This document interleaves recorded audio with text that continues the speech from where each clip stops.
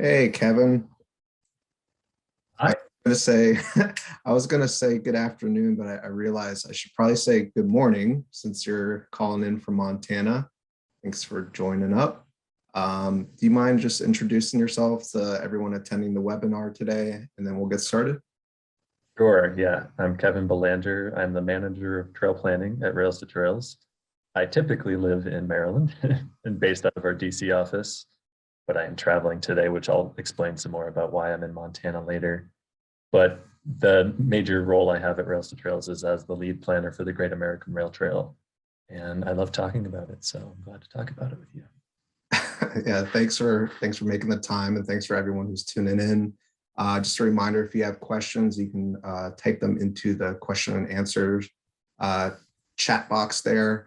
And it's funny this morning when I was doing my walk back from daycare, dropping off the kids, I was thinking about one of the first times me and you talked at a happy hour at work, and you were actually talking about how you were out and had just gotten back from Montana, and you were there for like, I want to say you were there for like a week or two, or quite a bit. And that was kind of the beginnings of truthing the Great American Rail Trail route. And that was probably fall 2016. It was because I remember when you started right after the election of 2016, which we don't have to get into, but I remember vividly that time. Yeah. Yeah. I remember it seemed like a lot of travel, and you covered a lot of ground. Um, so it's just kind of funny. We're back in Montana again. So I guess the point of this webinar is we want to give everyone an update on kind of what's been going on this past year at the Great American Rail Trail. And I thought you would be the perfect person to talk about it. So do you want to kind of go over some of the big updates for what happened in 2021? Yeah. And I'm assuming since folks watching this are Trailblazer Society members that they know what the Great American Rail Trail is, and I don't have to give a primer on that. I don't think so. Assuming. They're up to speed, but Great. if you want to do your one-liner, you can. We're working on a trail across the country. So it's 53% complete right now, which means that about just over 2,020 miles are on the ground and completed, walking and biking, separated from traffic. Still about 1,700 miles to go. And this year, we're tracking about 10 miles of trail built this year, which isn't a huge number, but it's certainly not nothing during a pandemic. So we're happy to have momentum. But I think there's bigger stories to be told about what happened this year, specifically some major bridge projects, which were really exciting. Washington State absolutely killed it this year. They closed several gaps on the Police to Cascade State Park Trail, which goes all the way from the Idaho border over the Columbia River out towards King County, which is where Seattle is. Mhm. It's like 300 miles or something. It's not fully done, but they're closing some gaps. So for instance, this year they closed the Renslow Trestle, which is a major bridge over the interstate that you had to do a big detour previously. Now it goes right over the interstate. It's a beautiful bridge, and they have a huge sign that says Police to Cascade State Park Trail. So every person driving under it now knows this is a really cool trail. And that opened in the spring. The project that has seen delays because of COVID and steel shortage specifically was the Beverly Bridge, which is the bridge crossing the Columbia River. That was an old Milwaukee Road bridge, and it's been there for years, but it's been unused since the 80s. A few years ago, they finally put money in the budget to refurbish that for walking and biking. Again, this was another section where in order to have a legal crossing on a bike, you had to go about 70 miles out of your way to do it, or you had to sneak on the interstate in the middle of the night, which is illegal, and we don't recommend anyone doing that. So Yeah, that sounds super sketchy. super sketchy. Yeah, I'm sure people did it because they didn't want to go all out of the way, but now they don't have to. That should be open to the public in the spring of 2022, but should be with like a full ribbon cutting. They're expecting it to be actually done and like a soft opening sometime this winter. I don't suspect a lot of people are using it then, but that should be done soon. And that's going to be huge. I mean, that's a major celebration that'll have to happen with that. That does seem pretty quick turnaround when we think of rail trail projects taking years, decades sometimes. This is kind of a little bit out of order than our agenda was going to be earlier. But do you think that the infrastructure bill that just passed that funding? Do you see acceleration in some of the projects that you're working on currently? And since you're actually out in the field, can you kind of speak to what some of the partners on the ground are saying? Yeah, the infrastructure bill will be great, increasing the amount of money for walking and biking projects, specifically through the Transportation Alternatives Program. Forgive me, I don't have the exact dollar figure, but it's a very significant percentage dollar figure increase that will go around for walking and biking projects that way.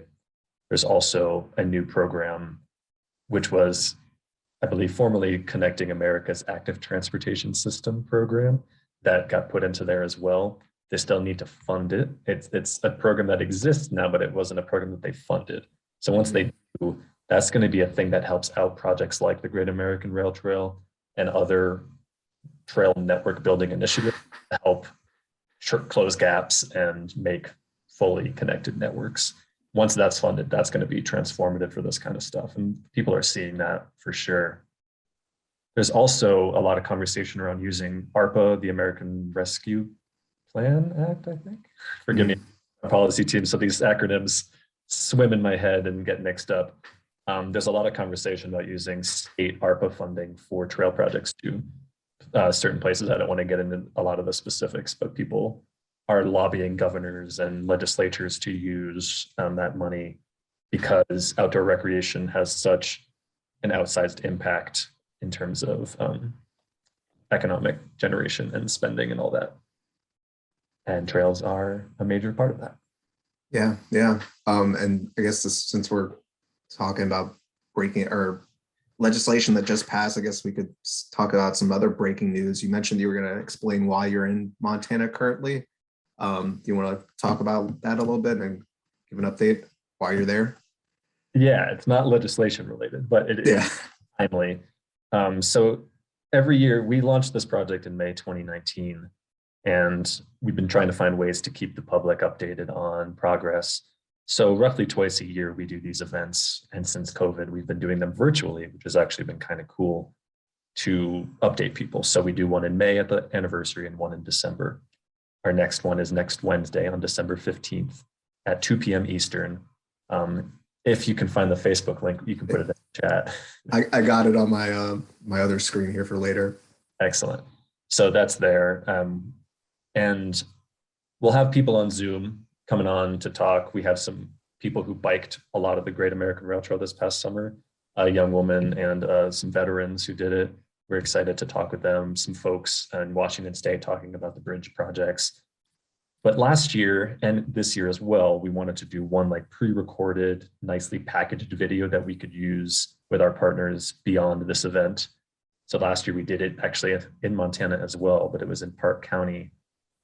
This year, we have a really interesting relationship we're building with the Northern Cheyenne tribe.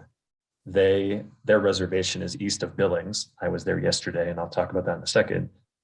But the project that they're working on is actually in western Nebraska near Fort Robinson State Park. So the short story of what happened to their tribe was that they were taken from their lands in the North Plains area, Dakotas, Montana, taken down towards Oklahoma, kind of told that this was a year-long thing, just trust us. And they were trying to move back towards Montana, and they got imprisoned at Fort Robinson.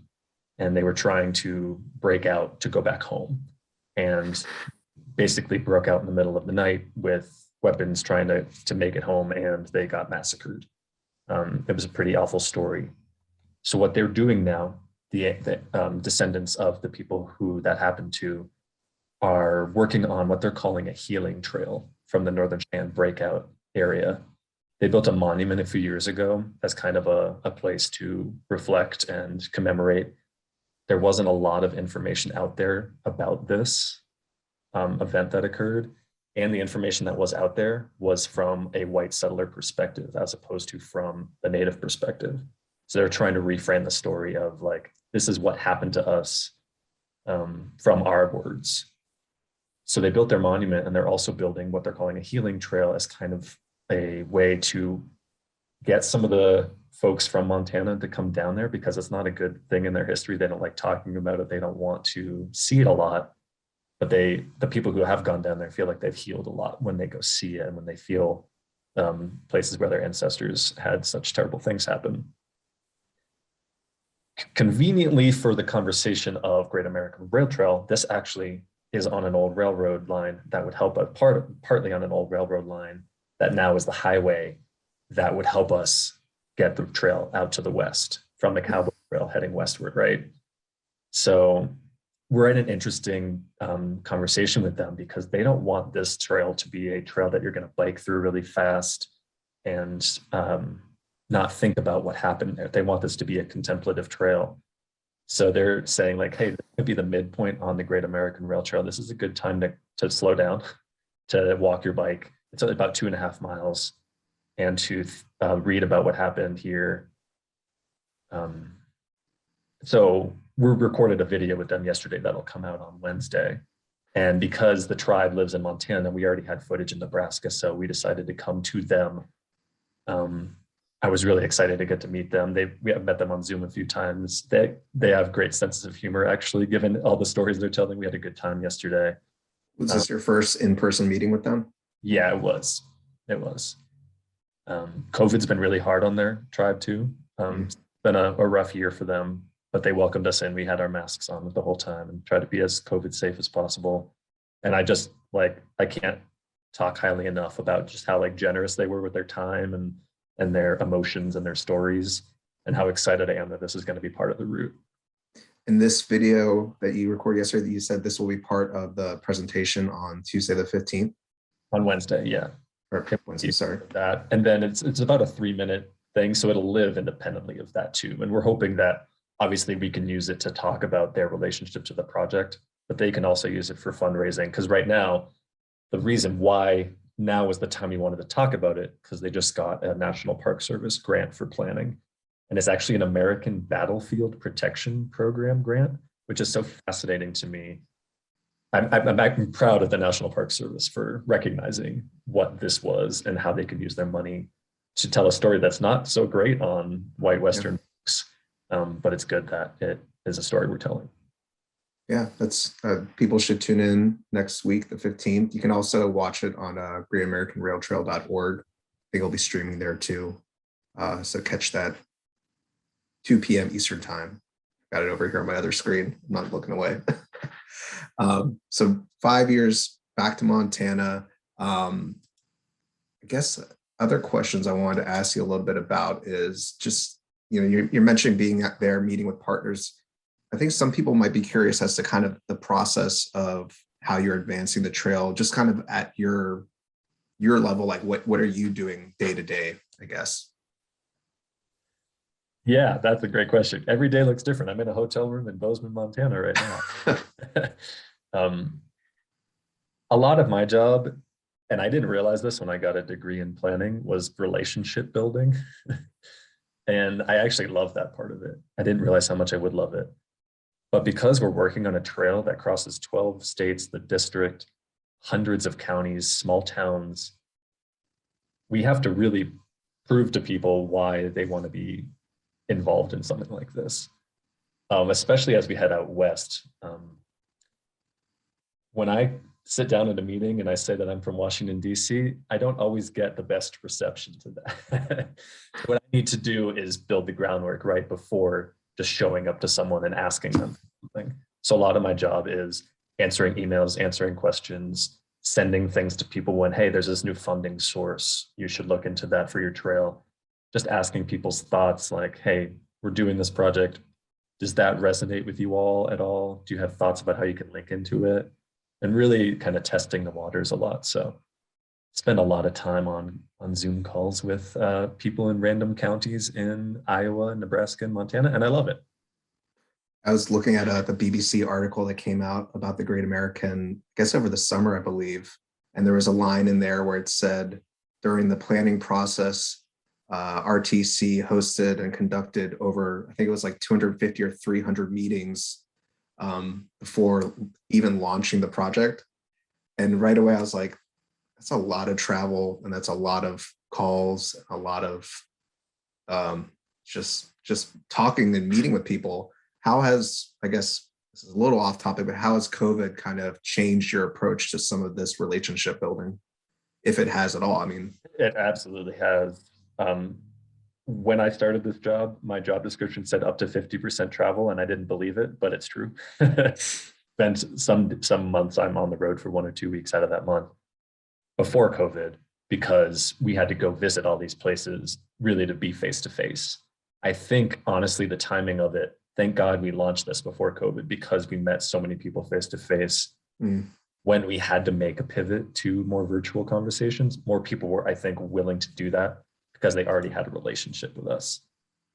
More people now also know how to use Zoom. In 2019, I never even heard of Zoom. I think we had, WebEx or something that we were having some conversations with a few people here and there, not to besmirch WebEx by any means, don't come after me, but it was really good that people started to learn more about this so that I can call some folks up and then get to pick and choose when we should be on the ground. Use that more intentionally. I don't have to come to every single meeting. I can talk to some folks virtually, but I couldn't really build this relationship with the Northern Cheyenne people fully virtually. I needed to be there in person when we filmed this because it was so sensitive. So it's the give and take now that I'm hoping my job will be less than 50% travel into the future because of our virtual world now. Yeah, it's kind of interesting when I think about the effects of the pandemic on the past year, just the toll it's taken on people's lives, but also just how it's altered life so in so many ways. I just think about how trails are more relevant than ever as people are looking for places to recreate, to clear their head, to travel in some cases, commute. Working on this project, have you seen that effect kind of play into the way people are looking at the trail now, or is it still kind of the same, like this is the cross-country route? I mean, trails in general during COVID, as a lot of the folks on this call know, just boomed in popularity because it was the place to be outside safely. And that boom didn't really go down in the same, and like back to the same levels. It stayed high. We have seen a lot of people reach out to us asking, like across the country, how do we do this? And we talked with them about that. But we also, I feel like, very confident that more people are doing smaller trips, more people are seeing the trails in their backyard as important in a very local perspective. But I can see the light bulb go off in people's eyes when they recognize, oh, this connects to the other side of the state. And then it connects across the country. Like they think this is hyper local, but it's part of a bigger vision. And it's really two parts that excite me the most about it. Yeah, I mean, there is something to be said that right by the DC office, RTC's DC office, you can basically walk 15 minutes and be at C&O. And in theory, you could just start your journey right there. And so, people they've reached out to me, and I met up with one guy who was starting a cross-country journey, and I met him at the Potomac in Georgetown. And we were like, hey, what's up? All right, good luck. See you later. See you in cool. 3,700 miles. Or Yeah. Can we talk about that a little bit? Because I know that you bought a new bike recently. I guess it was like a year and a half, 2 years ago. So I'm assuming you're getting some miles in. Do you have some advice for people who might be tuning in who want to do this trip one day? Just how to navigate some of the gaps that unfortunately exist, and we're figuring out ways to get around. I guess any advice you have for them? Yeah, that's the question I absolutely get the most in our email boxes. This is so cool. I want to go do this. How do I do this? And part of my job is to bring some people back down to reality, and part of my job is to try to encourage some other folks. And I say that because the trail is not done. As I said, it's 53% done. A lot of it out east is done though. So you can actually bike DC to Pittsburgh, never having to be on a road at all, which is super cool. And parts of Ohio, I did Pittsburgh to DC last summer myself, and I'm going to do the Ohio to Erie in the spring. So I'm excited to get my feet wet on this trail too.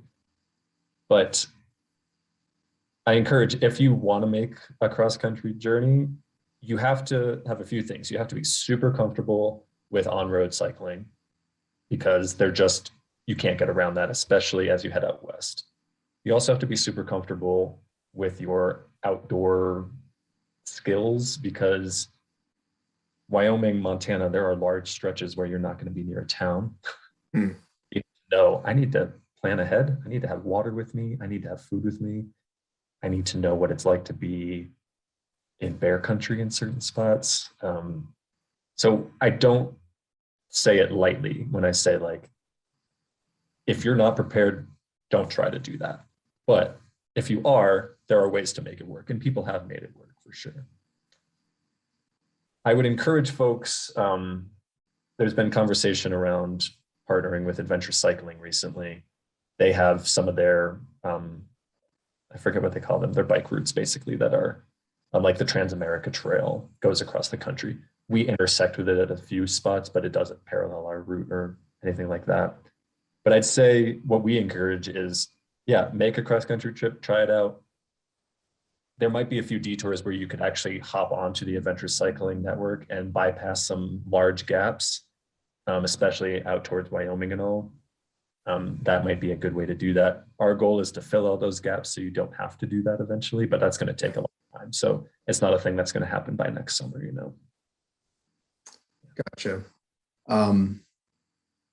Yeah, as someone born and raised on the East Coast, when you say watch out for bears and there's not going to be a Wawa every every 10 blocks, I'm like, oh yeah, that's right. Where do I get my hoagies from? Yeah. Well, I guess just for the sake of time, I'm looking at our time here. Are there any key updates from 2021 that you just want to emphasize that happened and their importance? I know you mentioned the bridges, the trestles. Any other ones that you want to highlight that you didn't get to? Yeah, conveniently here in Bozeman, actually next Friday, they're opening something called the Front Street Connector, which is connecting two trails that right now you have to go like all the way around through the city street grid to close. They finished the little bridge, and they took me on a tour of it on Monday actually, and it goes next to a railroad line and a lumber yard. And they built it right between the two, and it looks great. And it's such a good story of like the neighbors working together to make a trail happen. So that opens next Friday. There's a ribbon cutting. I got a sneak peek. It looks great. As you head out east, Indiana's doing great things. They gave a lot of money through their Next Level Trails program this year. And actually there was a good gap closure, or not a gap closure, but a trail extension in North Judson in that area. The North Judson Erie Trail, I recommend looking at that. In Ohio, there was a small gap closure. I forget the name of the town. And then in Illinois, I was actually really excited. The town of Moline got a major grant from the Illinois Transportation Enhancements Program, I think. Gosh, sorry, there's so many acronyms in my head, but there was like a over $1 million grant. In Illinois, we don't see a lot of those big grants happening on the route of the Great American Rail Trail because there are large sections that are complete. So what we're trying to do is like highlight anytime something cool happens there to like, yeah, this is good progress in Illinois. The C&O Canal has been working on the towpath, resurfacing that over the years. There's a 5-stage process. They finished, I believe, stage 4 this summer. So I believe by 2023, all 5 stages will be completed. So the resurfacing will happen, and that'll be a big celebration because it looks so much better now. Yeah, last time I rode that trail was probably 3 or 4 years ago, in the rain, and it was rough. It was a little kind of rough. Yeah, and you wouldn't recognize it now. Yeah, Really? Wouldn't recognize parts of it now. They're like all the muddy ruts, the center grass strip. That's mostly gone. Yeah. And where did the funding for that come from? Was that national parks or? It was a partnership. National parks had to give money, but also the Maryland Transportation Alternatives Program. They applied each year, and they were given like over $1 million each time they applied because they recognized how important this was. So it's been lots of different funding sources. Well, that's There's so many other projects that I'm forgetting, but those are some of the big ones that stick out in my head for sure. Oh, and speaking of grants, I forgot to mention that our grants program, we awarded money to some groups that are on the Great American. You want to have one of those while we have a little bit of time? Yeah, thank you. We gave $50,000 this year to 8 different organizations, $50,000 total along the Great American Rail Trail.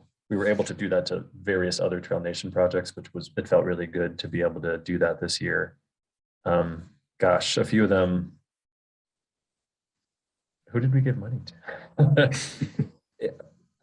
I work a lot out west because there's so many gaps. So the west is kind of deep in my head. We gave money to places in Ohio and Indiana and Iowa Bicycle Coalition. But I think about a town of Malden in Washington. They had a major fire that came through, if you remember, last summer, and decimated like 80% of the small town in eastern Washington. Wow. The Palusta Cascades goes through. So we were excited when we saw that they were taking donations as part of a community redevelopment grant program. So we gave them $4,000 to work on the trail as it comes through town. Obviously, they can use it for what they need to. We're not saying you must do this like to pave this section of trail, not that it was paved. But ideally, this town needs to redevelop so that the trail can help the town economically as well. Yeah, and it's really interesting to have some of our most dedicated supporters who are listening in, and without their support and without the work that you do, we couldn't help organizations like that. So kind of a cool way to kind of wrap up this brief update. I'm looking at the time, and I just wanted to thank you again for making time to talk with us. I know your schedule is going to be pretty crazy with all the traveling out there, and you're coming back tomorrow. Is that correct? Home tomorrow, and I don't think I'm going out anywhere again until February. I'm going to Casper, Wyoming in February. I know that part at least. All right. Well, I'm going to check the box here for any other questions. Thanks, but I think we're at time, and Richard says thank you for all the great work. Thank you, Kevin. Thanks. Safe travels, and I'll talk to you soon. All right. Thanks, Jorge. Bye.